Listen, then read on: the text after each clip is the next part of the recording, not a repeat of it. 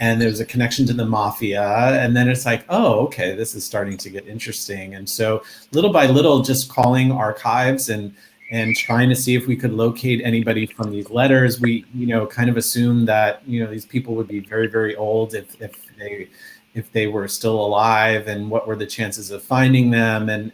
But little by little, we started to piece together and meet people. Joe Jeffries, who's in our film, who's one of our historians, was like, oh, you have to meet this guy, Adrian. And so we set up a meeting with Adrian, who is this wonderful, magical unicorn, who is, very young, 89 or so at the time that we actually met. And, he had all of these stories and actually knew some of the people from the letters and some of the incidents from the letters. And so we started shooting things, and, I had never made a documentary film before, neither had Craig. And so we really needed somebody who was a powerhouse, who could come in and really understand the story and see the potential of it. And, it was introduced to Jen, and met Jen, and we fell in love with the story, and to take it from there. Mm-hmm. Sure. I mean, it was just this,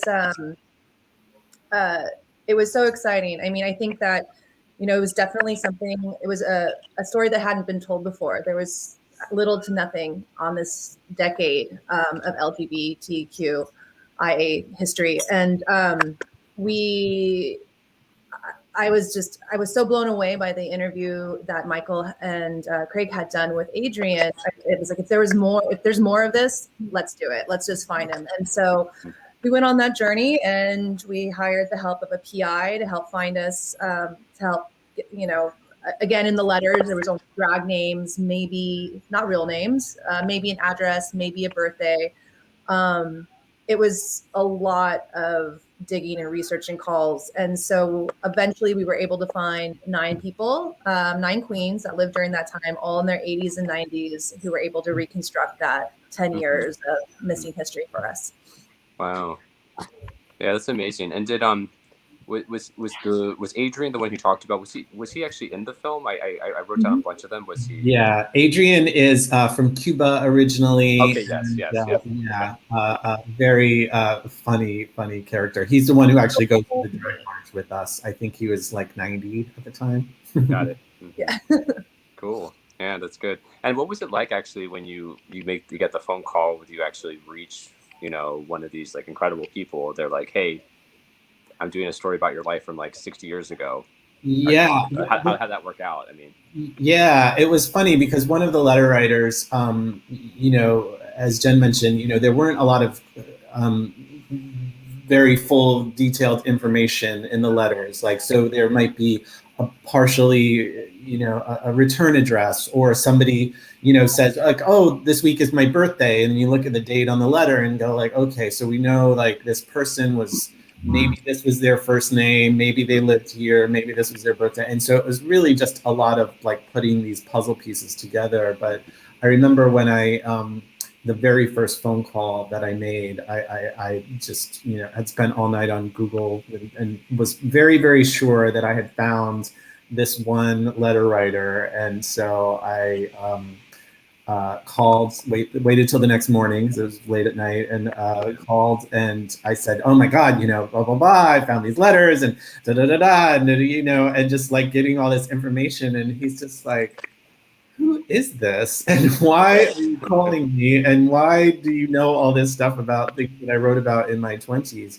And also, like, why do you care? And we're just like, oh my God, are you kidding me? This is amazing, like what you've written and this story. And but it took probably 9 months from there to just convince him to sit down with us, just to meet, and then another few months just to allow us to record an interview. So it was a lot of that, finding people, forming a relationship, and then gaining enough trust with them to actually have them allow us to record an interview. Great. Great. So I think I caught it in the movie, but the actual title of the film, it's P.S. Please burn this letter. I was expecting it to be like the context to be different, but it's like, I think it was was it Daphne's, one of Daphne's letters that title came from? Like, tell us a little bit about. It was actually Josephine. Josephine. Okay. It was actually Josephine Baker, Yep. who was an incredible queen, and really very colorful in the movie if you see it, or if you haven't seen it yet, do. But she was connected to this big major thing that happens in the movie, which was actually part of the wig heist back in the was it the 50s, the late 50s, early 60s, Michael? 1958. 1958. And it was written about in the papers. It was a huge thing, a big FBI investigation, and she was a part of that with the Metropolitan Museum, with the Metropolitan Opera House. Yeah, the old opera house, right? And they were on her tail to find that, and she was very instrumental in that whole story. But I'm not going to spoil it. Yeah, sure. But you got it. I think I just did. But yeah, the point is, it was due to some kind of illicit activity as opposed to someone wanting to hide it. Hide like who they were. Like that. I thought that was a funny moment. But you have to understand, during that time period too, a lot of these letters were burned. A lot of queer people, if they wrote a letter to somebody, you'd burn the letter, because if you were found out that you were gay, or if you found out that you were doing criminal or illicit behavior, you'd get evicted from your apartment. You'd get thrown out of your house, thrown out of your church. You'd get fired from your job, because it was really a time in history that was not good for LGBTQ plus people, and you start to understand that as you watch the film. Yeah, interesting.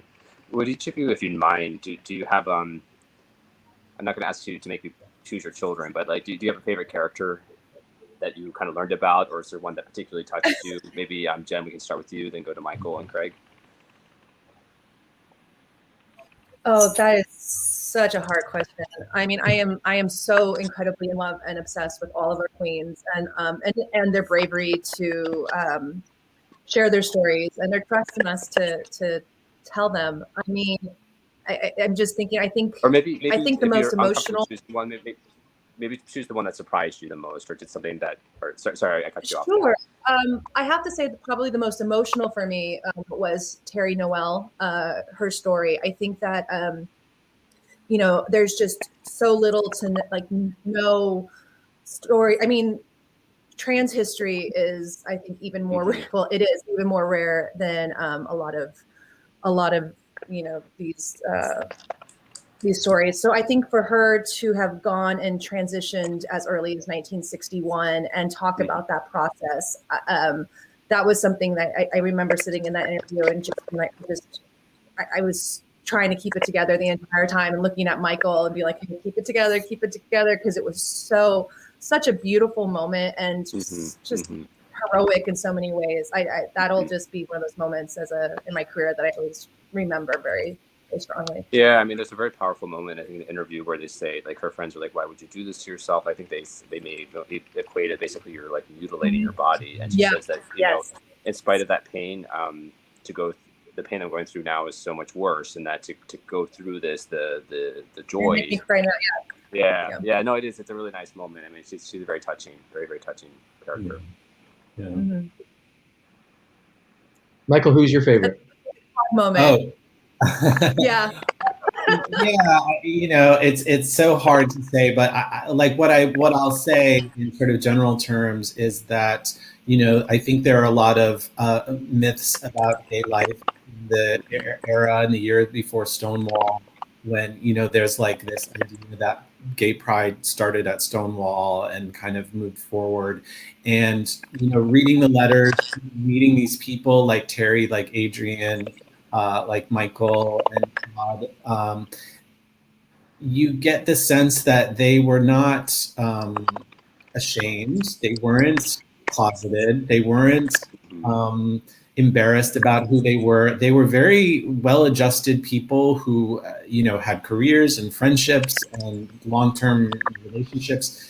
And I think, like, more than anything, discovering the letters and discovering these human beings behind the letters, it was just so wonderful to see how joyful and how brilliant they were, and that this idea that prior to Stonewall, people were ashamed and embarrassed in the closet, and to know that, like, no, that's not the case, and that queer people always have found a way to survive and even thrive, in sometimes the most oppressive situations. Yeah.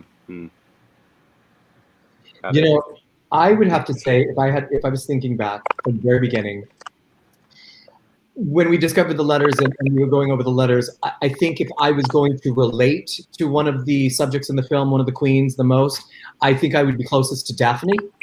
And I used to fantasize before we found out who Daphne was, or I used to fantasize about who she was or what her personality was like, and I kind of associated as close to mine as possible.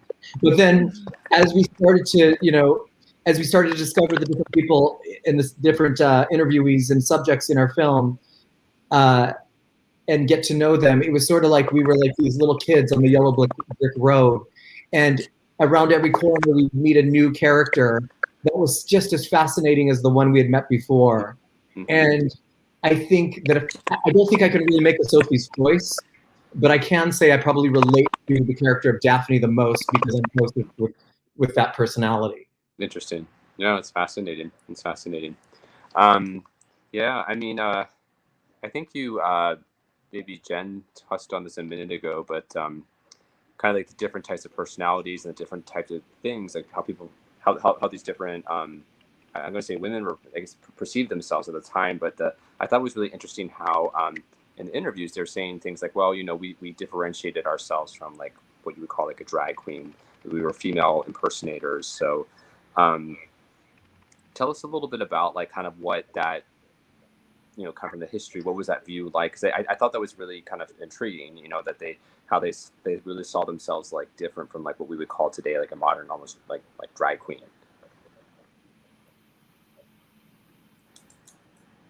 Yeah, well, I mean, it's really just the evolution of language, isn't it? I mean, we were just on a previous interview where we had one of our subjects, Robbie Ross, on with us, and he was just saying, well, we didn't really have the term drag queen back then.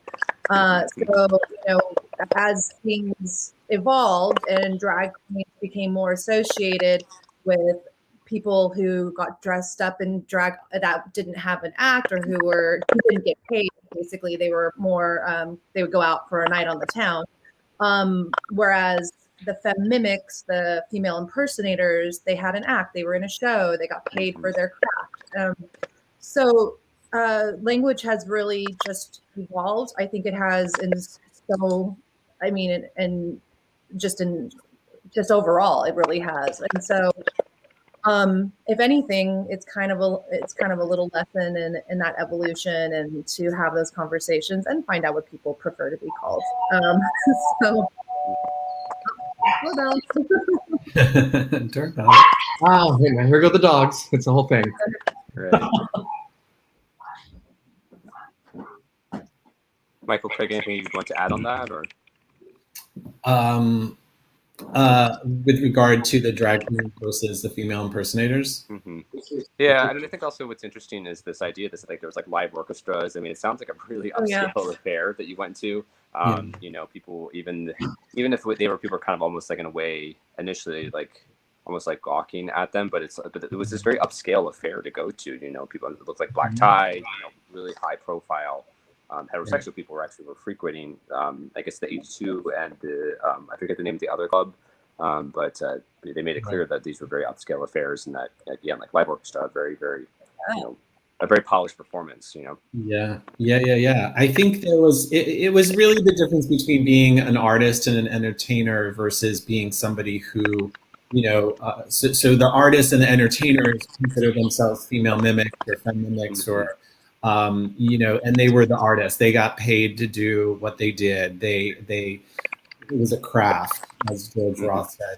Something that they perfected. They had to have a talent. Singing or doing comedy or dancing or striptease or whatever it might be, burlesque.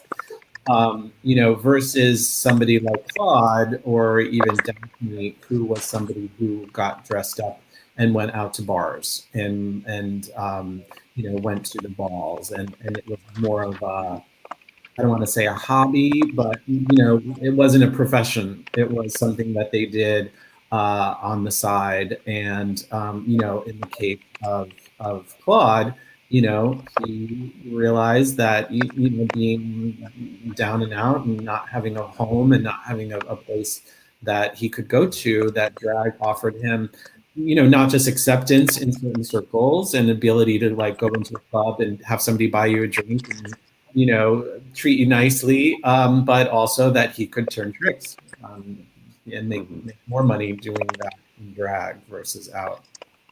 So I think the distinction was, professional versus non-professional. Yeah, interesting. Very. It seems like there was a big connection, though.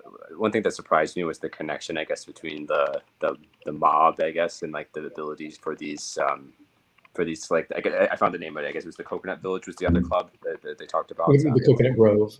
Or is it the Coconut Grove? No. Okay. Oh, the Moroccan Village. The Moroccan Village. Sorry, the Moroccan Village, rather. The Moroccan Village, sorry. Maybe Craig, can you tell us a little bit about like finding that history, or maybe you knew about it, or kind of? Well, when I started this journey, and I really didn't know anything about our history. I really didn't know anything about so much about the drag scene except the drag history. I didn't know anything about it. And I don't think a lot of people do, unfortunately, unless you're of a certain age, and quite frankly, you don't ever talk about it. So I think that as Michael, who so brilliantly was doing a lot of the research on this project, along with Jen, they, as we started to uncover this and uncover these people, all of a sudden I started to realize the connection that I had towards my own personal drag history. And it was quite fascinating to know that these people were living these lives and working for the mafia in these mob-owned clubs. And I was like, I'd never heard of anything like this. And I don't think a lot of people out there that are performing in drag, even on a mainstream show, would even understand or even know anything about the history or why they're running around in a dress in front of a club asking people to come in and buy drinks. It's just, so I knew that there was an education, and I knew that I had to learn more about this process. And I figured if I don't know about it, then a lot of people don't know about it. And I think this is something we should all, learn. And so just to know that there was clubs out there that were being run by the mafia, that were drag queens performing in the 50s, I'm like, it blew my mind. I was like, I gotta know more about this. And if I don't know about it, everybody else has to know too, So it was really Jen and Michael who took did that research and really delved in so that I could learn something. And I'm so grateful for them for doing that. Yeah, no, very interesting. Really, so much more. I mean, so much so that he was able to develop an entire sister project podcast that he hosted about Anna Genovese and her role as the woman who ran the Club 82. And I think Michael should speak some more about that because it's fascinating. Yeah, well, it is so interesting, how talk about strange bedfellows, and literally, that the mafia, because of the laws that existed at the time, one being that you could not serve alcohol to known homosexuals in New York City and many other cities, otherwise you'd have your liquor license revoked. So the mafia figured out a way to pay off the police and run these underground, what had been speakeasies during Prohibition became gay bars in the 1930s and beyond. And it was this really somewhat symbiotic relationship for a long time because the mob offered gay people a place to congregate and a place to socialize and a place to meet and be seen and be amongst their own people. And, in a lot of ways, it was the start of gay communities in big cities. We didn't have churches, we didn't have synagogues and places that we could congregate, and so gay bars became our churches and our gathering places. And the mob ran those for a while, and then figured out a way to make even more money by saying like, oh my gosh, these drag queens are so amazing. Like let's create a show and you know, sell tickets. And, you know, and Anna Genovese was, you know, she was a bisexual, married to the head of the Genovese crime family, and figured out a way to, you know, she really single-handedly gave birth to an entire generation of queens, drag queens in the, you know, decades before Stonewall. Yeah, interesting. Yeah. Sorry, I think I cut someone off. Maybe that was the echo. I could keep on going, but I definitely did want to ask another question, and certainly we'll leave things open for anything else you would like to contribute. But there is this interesting, for me, kind of evolution, at least the storytelling. Whereas, you know, at the moment where they're at, you know, I guess it's the Club 82. They describe, you know, like the performance of the stigmatized being admired by the normals, but yet you kind of juxtapose that against sort of what you see what's happened a little bit further north in the city in the Harlem clubs, and it seems like there was like almost this broader acceptance. I think that's what I took away from the movie. And is that what you found, that, you know, was that just because of a different part of the city or a different point in time in history that, you know, it seems like there was more of a broader acceptance, or just things were evolving over time? Like how did that come about that you found that, and what do you think may have been driving that? Jen? Yeah, I mean, it's actually really, really complicated. But yeah, I think that obviously we love the Harlem section. We wish, I mean, the Harlem section needs to be its own entire documentary. There was such a strong support of LGBT communities within the Harlem Renaissance, within the arts, you know, but there's, you know, in the same breath, there was also, Webby was just telling this amazing story about how Jewel Review went to perform at the Apollo, and they were being protested there as they entered the club. So I think that there was definitely a split. I think that, you know, within the artistic community, drag queens were really, really revered and supported in the Harlem communities. But as far as the mob clubs, yeah, these performances, as they say in the film, this was for your mom and dad. It was definitely a performance for, you know, hetero couples to kind of be, isn't this wild? Isn't this crazy? It's just, there's a lot of different layers to it, you know? And I think that we also, in the same breath, have this, one of our historians makes this amazing point that even though this show was for, you know, for the normals, when they went back to their homes in Iowa or Ohio, they took a little bit of that show with them, in the sense that this was the 1950s and there were all these gender norms that everyone was trying to get into.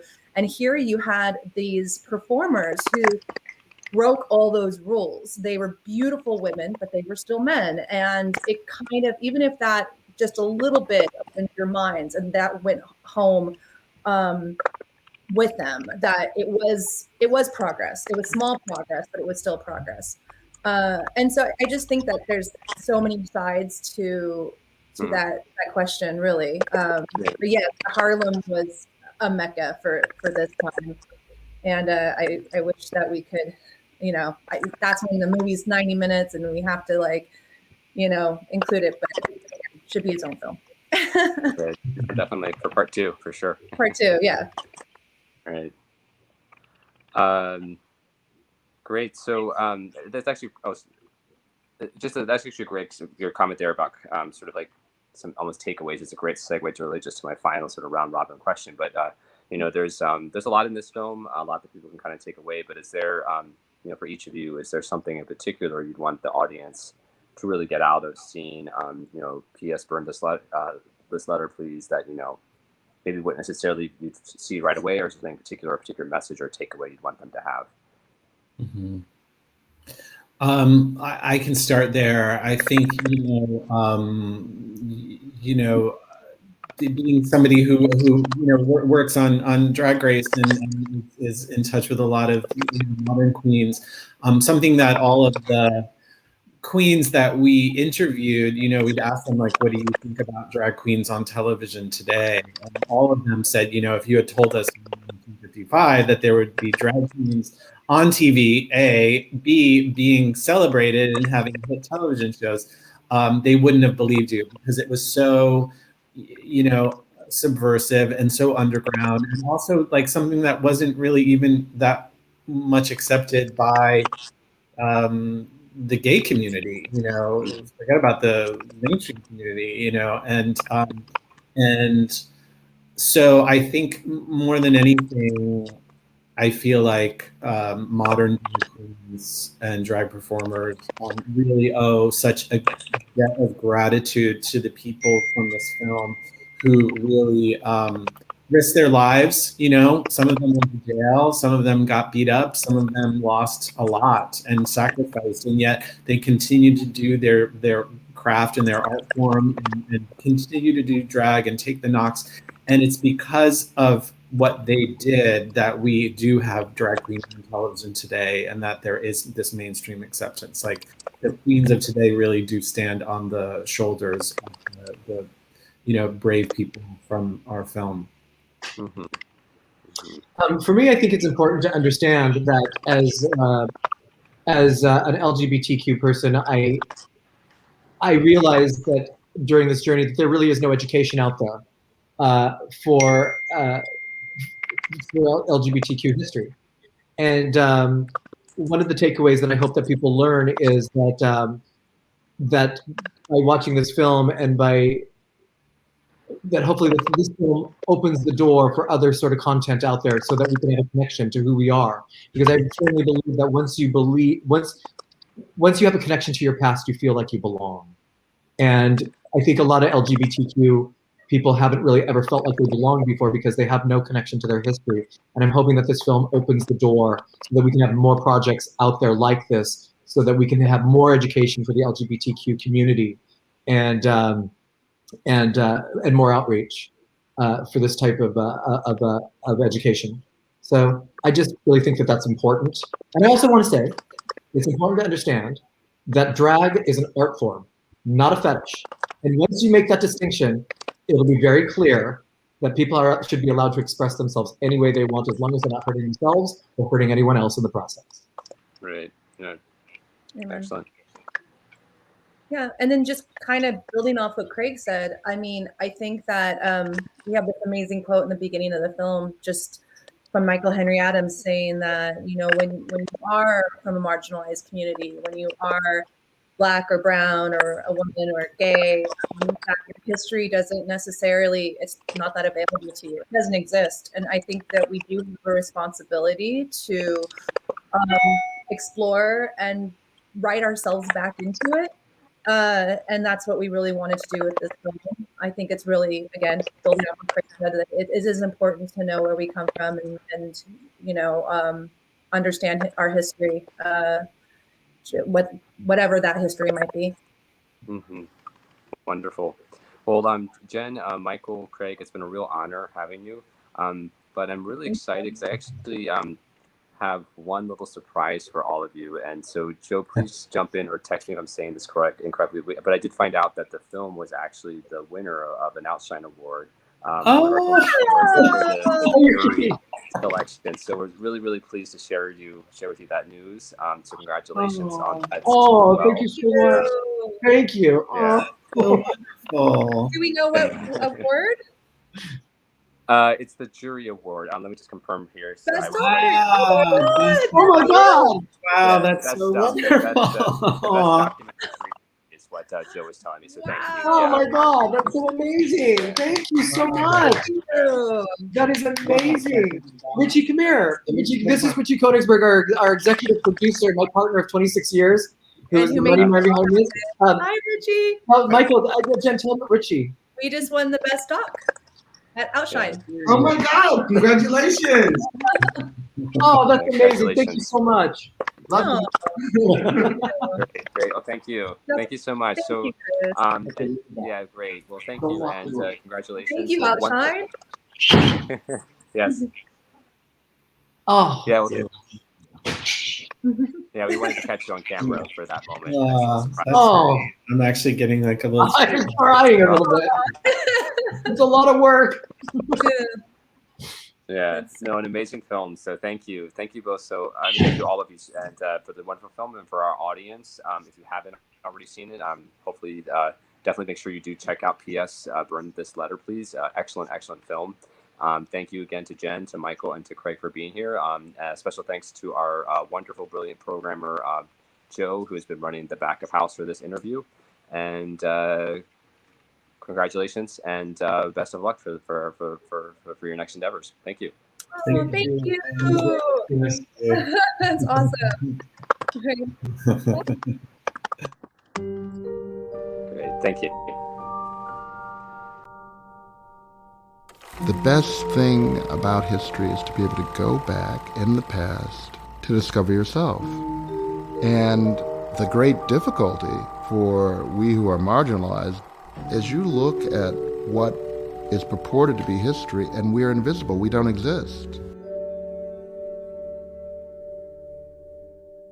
So to find a catch of letters like this by a group of drag queens talking about their life is really quite extraordinary. We felt like sisters. Well, sisters that were really brothers to the public. I told them every little thing that I did. It was all letter writing. Dear Reno, Saturday night I decided to go to the Cork. New York is very hot. Cops all over. They have to be careful. You'd be taken to jail and charged with some kind of obscenity laws. I worked in a drag club secretly on weekends. It was the place to go. Liz Taylor, Warren Beatty, the Kennedys came in. There was a lot of money to be made, but it was illicit money. So who does that? The mafia. Actually, the reality is, it was no mafia. There were no impersonators. And this is me. I'm naked here. Don't turn me over. But when you talk about people who are attracted to drag, then you are really talking about bravery, because you're talking about people who are refusing to hide who they are. We were as close to being female as you could get. They shipped me to a place called Bellevue. We thought we were doing it for ourselves. We didn't realize that we were doing it for the next generations. I believe in us getting our rights, or else I would not be out there fighting for our